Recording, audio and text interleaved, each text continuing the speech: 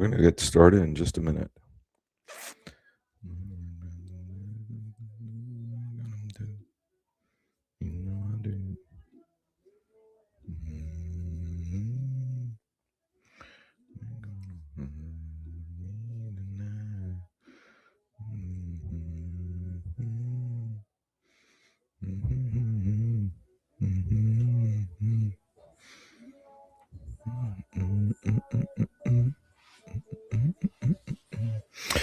All right, we're getting started a couple minutes early, and this is going to be a short and punchy session for a couple of reasons. Number one, I got to get my girls to school. I got to drive them at 10, around 10.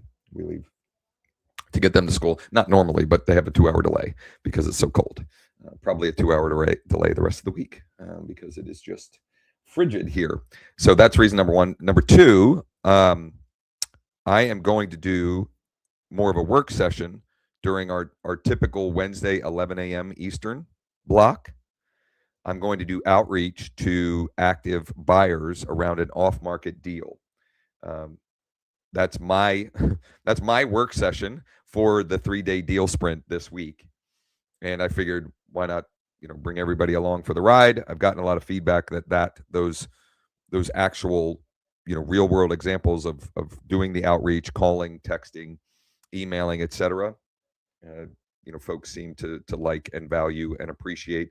So we'll do that. And then for those participating in the deal sprint, Founders Club members, or folks that Sean's calling them our sprinters, we have that day 3 at noon Eastern. So busy day.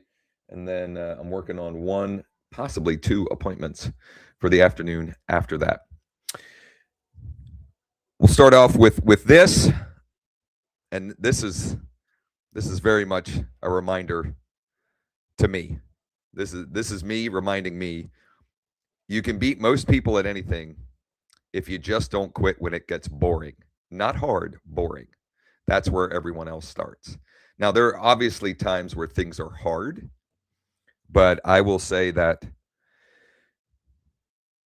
the times that I have most often sort of lost my way or lost my path or gotten distracted are when things get boring, when things are working, but I just get bored. And that's silliness. That's immaturity. That's not being a good business owner or entrepreneur, if I'm being honest. So, there will be hard times, right? Persevere for those. And also when things get boring, just keep doing the things that work. For example, every morning, early morning, I go and send emails to the people that are looking at properties in my CRM or in my MLS. And it's boring work, but I know that if I do it every day, averaged out over a week, a month, a quarter, I get more replies, responses, and every one of those is a seed, because that's farming activity. For those of you that have heard, the analogy that I've been talking about over and over and over, separate farming, fishing, every one of those is another seed or maybe a little fertilizer, a little water in the ground of the farming activity. Now, I'm not relying 100% on that work, but I'll take those deals too, those opportunities. So persevere and keep going when it's boring, especially when you know and you have proof that what you're doing does work. The hardest part to keep going through the boring work is if you don't have proof of concept yet. Once you do, generally speaking, a lot easier to keep rolling. Game plan. I'll share my deal of the week email. I'm doing something a little bit different with my deal of the week email this week. Proposals for homeowners. Yesterday, I mentioned that I would share how I'm taking my Loom videos that I send to homeowners, either cash offer request leads or home value request leads, people that I've talked to on the phone, different scenarios, and how I turn them into written proposals. AI is the short answer. And then time permitting, we're going to get into a scenario that Stuart had sent me yesterday, and that is definitely something we're going to revisit on day 3 of the deal sprint as well, because I think there's a lot of good potential takeaways from that. So first, let me share my deal of the week email little bit different this week in that I'm calling it my deals of the week email. And I am taking the bait that I have found myself, most of which I found doing the deal sprint work starting on Monday, but there are 2 in there that I have from previous work. Doesn't really matter. And I have 5, you could have 2, you could have 3. It doesn't matter. Or just don't do, don't do this structure at all. Just pick one deal and do the typical process. But I like to test different things, and I'm curious what kind of reply and response rate I'll get versus the traditional. So my subject line, here are our off-market deals with the S in parentheses and all caps of the week in Central PA, first name, and then the date to let them know that this is timely. I realized in doing this, the last one, I realized 2 things when doing this. Number 1, I was so busy last week, I didn't send a deal of the week email. Whatever. Stuff happens. And number 2, I was still living in the past because the date I put was 1/14/25 in the last one that I sent out. And so I don't know. Maybe that's a reason why I didn't get a ton of replies. I did get a couple, but not a ton. So normally I would have, okay, so just for those of you who are new to the deal of the week email, number 1, all text, no links, no pictures, generally speaking, no price. Number 2, typically I will have 4 to 5 bullet points about the deal. And number 3, you send it to everybody. Okay.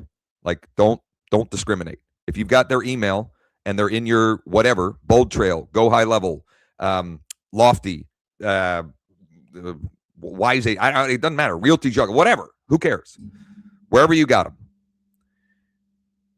Because I have 5 different deals in here, I'm not going to put 4 or 5 bullet points for each one. This is just minimum effective dose, just little teaser information on each. So number 1, 8 units, 4 duplexes in Northern Dauphin County. Number 2, fixer upper in Enola.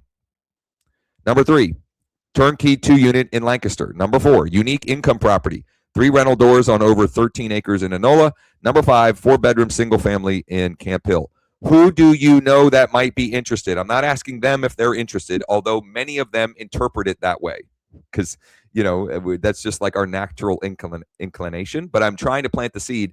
This isn't about you. It's about who do you know. And I will say last year, I had a fairly significant amount of additional potential deals come from people forwarding my deal of the week email to someone else. And in fact, I'm actually going to make an adjustment to this that I hadn't thought of in a while. Just hit reply. Let me know which number, and I'll get you all the details because I have 5 of them in there. So I want them to reply, and they'll say. So I will literally. I'm certain of this. I will get some people that just reply, and they literally write number 3, and that's the only reply they'll send, and that's fine because they're actually following directions. And then I'll get others that say whatever. Ooh, okay. A couple of things that I'm noticing here. I still have the Happy New Year because I cloned this from an email I sent a couple of weeks ago, and I included Happy New Year. So I'm going to say, stay warm out there because it's cold, very, very cold here. And then I've got my signature file, but notice there are no links, no images, no nothing.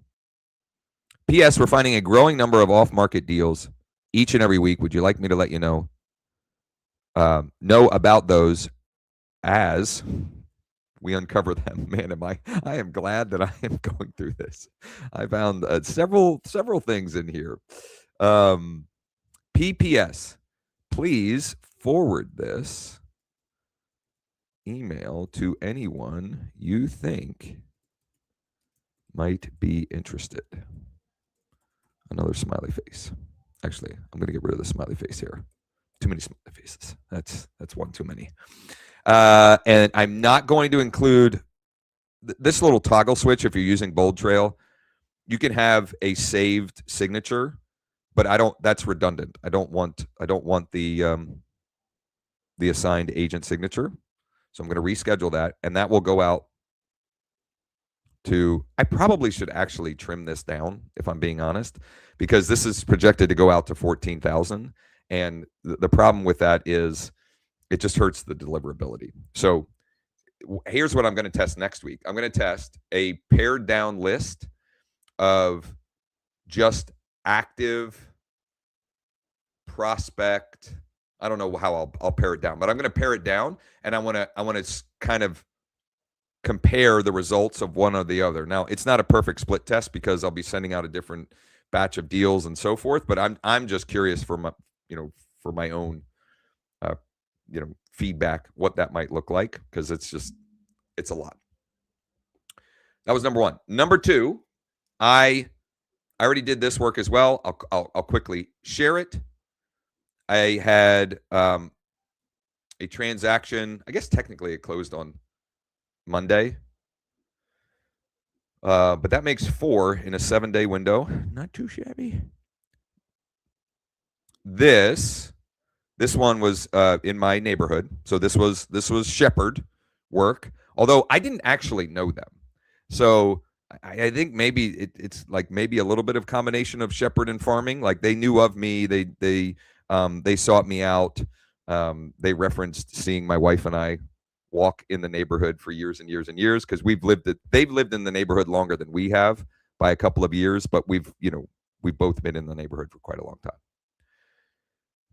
This is just a just sold post. I've shared this process a number of times on these sessions. I use listings to leads. I make some edits and tweaks, and then I post it on Facebook. I post it on Nextdoor. I post it on my Google business profile. And this is a post that I will actually share into groups. Earlier in the week, I talked about and shared, this Google review post. I'm not going to share that into groups. Okay, that's just like, I'm just asking for people to give me a hard time in the comments. But this I will and have absolutely shared into the group. And the page I'm sending them to is a lead capture page with fastcashoffers.ai, where they can enter their address, they can instantly get the value. One of the very cool things about this, and there are many, is I have a script installed where I capture people even if they don't enter their info, and if they enter their address, I capture them. In other words, I don't really care if they opt in. I don't really care if they just enter their address and hit get value, because I can figure out more information and details, and I'm not going to stalk them or do anything crazy. But if I have that information in Bold Trail, I'm going to add them to a market report based upon the city or zip code of their property. I'm going to send them an email sequence that I shared last week or a couple of weeks ago, which is like my three email sequence. Why we're so great over here, and why someone might work with us with reviews and examples, et cetera. But I'm not gonna call and text them and hound them. But I'm gonna put relevant and relative information or congruent information in front of them. In other words, if I see that they own a home in whatever, Enola, PA, and I start sending them a market report about what's going on with Enola, PA real estate, like, people are curious. That's information that is valuable and relevant on some level. What else do I have here? Yes. That landing page, that's like an old one that you still have access to, right? No. I made him put these in here. Oh. Yeah. That is the new version of the old one that I said, hey, this was the best performing one. We need this. So if you go to landing pages and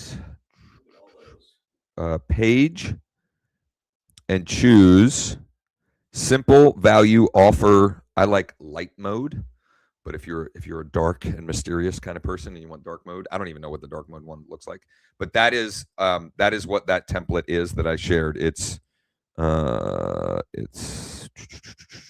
this one. So that is, again, it's called. That's dark mode?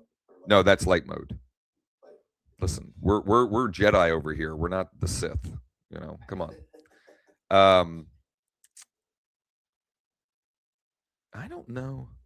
I had also asked him, I think these are that version, but that instead of defaulted to values, it's defaulted to offers. I totally forgot that I asked him to make these. So here I'm gonna go 717. I don't have those options. I was like, where are you finding this? I'm gonna have to get a hold of. Okay, let Abs know. I don't. That's odd. Yes. So where are the cheap seats, James? Yeah.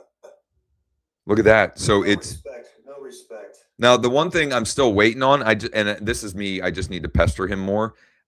I want more control over the background image. I want to be able to put a map, because the map I know for sure. Like I've seen that converts better. There are currently there are different background options. Like there are a bunch of them, but none of them are a local map. And that's what I like when I put Central PA, like a Google Map picture of Central PA as the background of that. That works really good. And just since we I don't know, since we got on this topic, I'll show the old one. That is the reason why this one right here, see how this is a map? And as ugly as that looks, I'm telling you, I know with certainty this page crushes as far as conversion. I mean, people, it just does. So I'm gonna pester him again to make it so we can put our own custom images as the background, because right now that doesn't exist. Okay, yesterday, towards the end, I got onto the topic. If you missed yesterday's, we do put all of the recordings as well as infographics, summaries, and all kinds of other cool stuff at leaddeck.ai/closers. Depending on where you're watching this live, that should also be in the description as well. And I was worried that I was going to make a liar out of myself, but yesterday's is live there. So that one is live. If you missed that, you want to go check it out again. But towards the end, I mentioned using different AI tools to take the videos that I send, whether it's making a proposal or even like a preliminary option. For example, if I've had just a brief conversation or someone requests a cash offer, the first thing I send them are cash offer options and a short video summary, 60 seconds or less. However, I spoke with Tina twice on Friday. The second time, we confirmed that, at least over the phone, she was committing to me that she's going to let me list her property. We're going to have it coming soon later this week. We're going to have it active on the market later next week. And so I earned the right to send her a longer, more detailed message. In fact, that was part of my commitment to her, was I was going to send her a more detailed explanation of the plan to get it sold. So I recorded this video, and it was 4 minutes. Like, even for me, for this kind of video, that's kind of on the longer end. I recorded it, and then I took the transcript, and I think I went 2 different places. I think I tried Manus, manus.ai, and I will say that generally speaking, at least with the prompt that I'm using, Manus tends to do the best job. Now, someone, was it Deb? And I think it was on our deal sprint. Deb Hain recommended Prompt Cowboy, promptcowboy.ai. So it could be that I'm just using a bad prompt. I'm using a prompt that Manus understands better than Chat or Gemini or even Notebook LM. Okay. But a lot of these things are either free or low cost, and you have access to them anyway. So why not have 2 or 3 of them create the output and see which one you like best or which one works best? I think I used Manus. And all I did was I gave it a short prompt. Here we go. This is the one. This was my short prompt. Can you go through this video transcript that I recorded for Tina Hench regarding my plan for helping her sell the property at street address and put together a one-page summary I could share with her by email? Now, it ended up being more than a page. So whatever. It was 2 pages or like 1.5. But the output I got was this. And I made a couple of small little edits. But that's a hell of a lot better than me trying to create this from scratch. I mean, let's face it. Nobody wants to do. I don't want to do that. I don't want to create this from scratch. I didn't get into real estate sales to be creating this kind of crap. I mean, it's part of the job, but I got no problem talking. And I know what my plan was from my conversations. And also, I crafted the plan to reflect back to her some of the important things that she mentioned. In other words, she gave me a net sales number that she didn't want to go below. Now, here's the reality. Most likely, she's going to end up having to take less than that. But we got to start somewhere. Okay? So and I know that I can market it, and I know that I can turn this property into other opportunities and other potential deals in the pipeline. So, whatever. It is what it is. But all I did was took this transcript and spit this out. Now, I thought it'd be fun. I did not do that with this one. This is a video that I mentioned. This is an expired listing I met with Friday. Somehow or another, he got in my CRM. He's been getting my monthly update with values and offer options. He's been getting other communications from me, and he just called me. He basically just said, hey, this is Joe. We've been getting your info forever. We tried to sell last spring. It didn't work. We really want to get this thing sold. Can you come by? That was literally like the conversation. So I went by. We had a great meeting. And part of what I promised him was that I would, we talked through a general plan, but that I would put something more concrete together for him. Now, I don't know why I didn't already do this work of taking the transcript and putting it in black and white. I recorded the video and sent him the information Saturday morning. So maybe, I don't know, my brain wasn't firing. But I sent him this video, and I sent him a number of other PDFs that I had already put together, some of which I had shared on our appointment.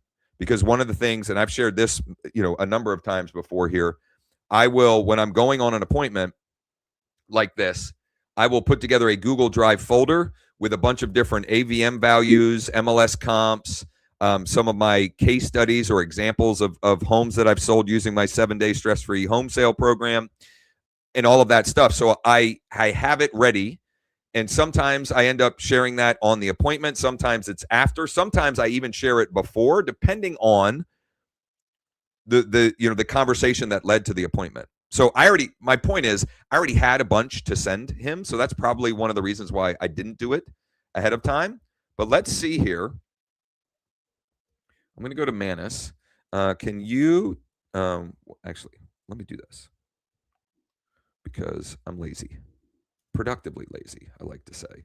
I'm going to paste this in. Can you go through this video I recorded for Joe and Olga Batista regarding my plan for helping them sell their property at 1313 Carnegie Way, Mechanicsburg, PA, with them. I'm going to copy this too, because I'm going to probably use, I'll test something else too, just to see what the output is. Grab this transcript. Whoops, dang it. It's going to be confused because I didn't give the transcript. It's going to say, hey, what? I'd be happy to. Where is it? Okay, here we go. There it is.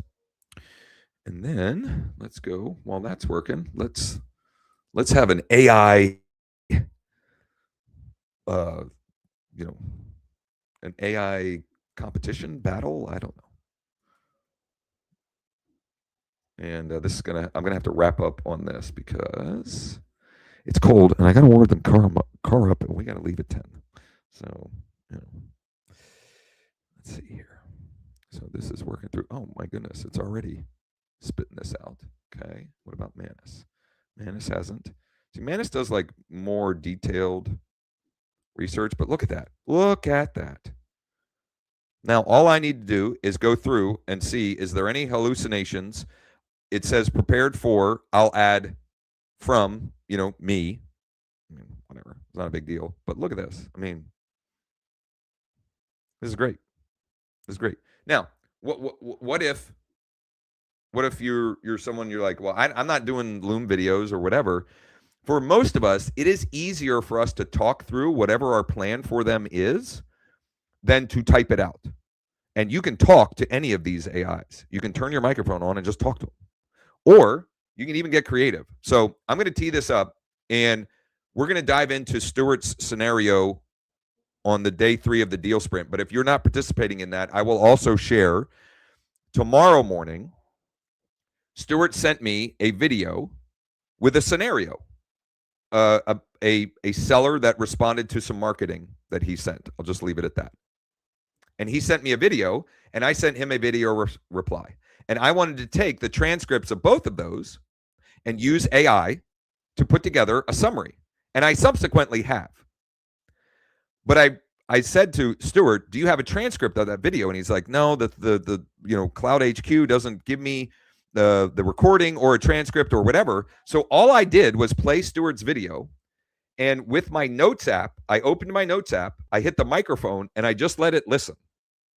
And it gave me a perfect transcript that I then fed into Notebook LM. I said, Stuart sent me this, I responded this, and then I took that, created an infographic and a summary. You know what? I posted in the wrong summary.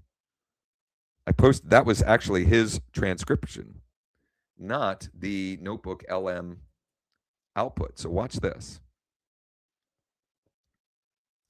Where are my? Here we go. So right here. The voice notes app on the phone will transcribe. All I did was I opened up. I played I opened up notes. I hit the microphone button. I created a new note. I hit the microphone button and I hit play on Stuart's video, and I just shut up. It was listening. It almost perfectly transcribed what he said, and then I had a transcription that I could then place here. It's just, I'm sharing that story for a couple of reasons. Number one, FIO. I messaged him and he was like, sorry, I don't have a recording or a transcription. And instead of me going, well, whatever, I was just like, okay, well, how could I? Oh, I use voice to text all the time. Why not just have that recorded? And away we went.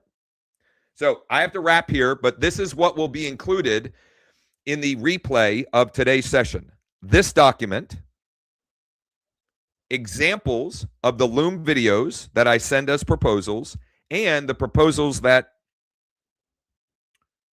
Manus or whatever AI you choose to use, but me, Manus is the one that I've been using most often. Now, what I'll maybe do between now and then or tomorrow is I'll also take that same transcription, I'll feed it into Notebook LM and see what kind of infographic it spits out, because that's pretty cool too. If you take the time, so here's where we're at, like practical uses of AI. If you record a video like a Loom, like that, in a matter of 5 minutes, you can turn that one piece into an infographic, a summary, a plan, a checklist, etc., with just a couple clicks of the mouse. And then you can present information in multiple modalities so that whoever you're presenting it to, they can choose how they want to consume it. Are they visual learners? Are they kinesthetic? Do they need to hear and see and whatever? And also, they're like, holy smokes, look at all the time that this person put into detailing the plan for me. Do you think that they will feel a little bit of pressure to say yes to you versus even if you were, this is a callback to yesterday. I think this was on Deal Sprint, not on the live stream. Even if you were the fool and not the favorite, meaning they told me this scenario, they told me they're interviewing at least, they were kind of a little bit ambiguous. At least one other agent they were interviewing. And so I have no idea in that situation if I was the fool or the favorite. But if I go the extra mile, I'm increasing the chances of, even if I was the fool and they already had a favorite, that I still might get it.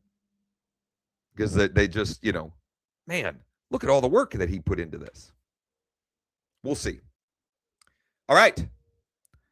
For those of you that can make it 11 a.m., it'll be a work session. I'll be calling, texting, and emailing buyers using LeadDeck for off-market deals that I've got. And then we've got day 3 of the Deal Sprint at noon Eastern as well. I'll get the replay and all the resources. It'll be live certainly by tomorrow morning, most likely this afternoon at leaddeck.ai/closers. Let's make it a great day.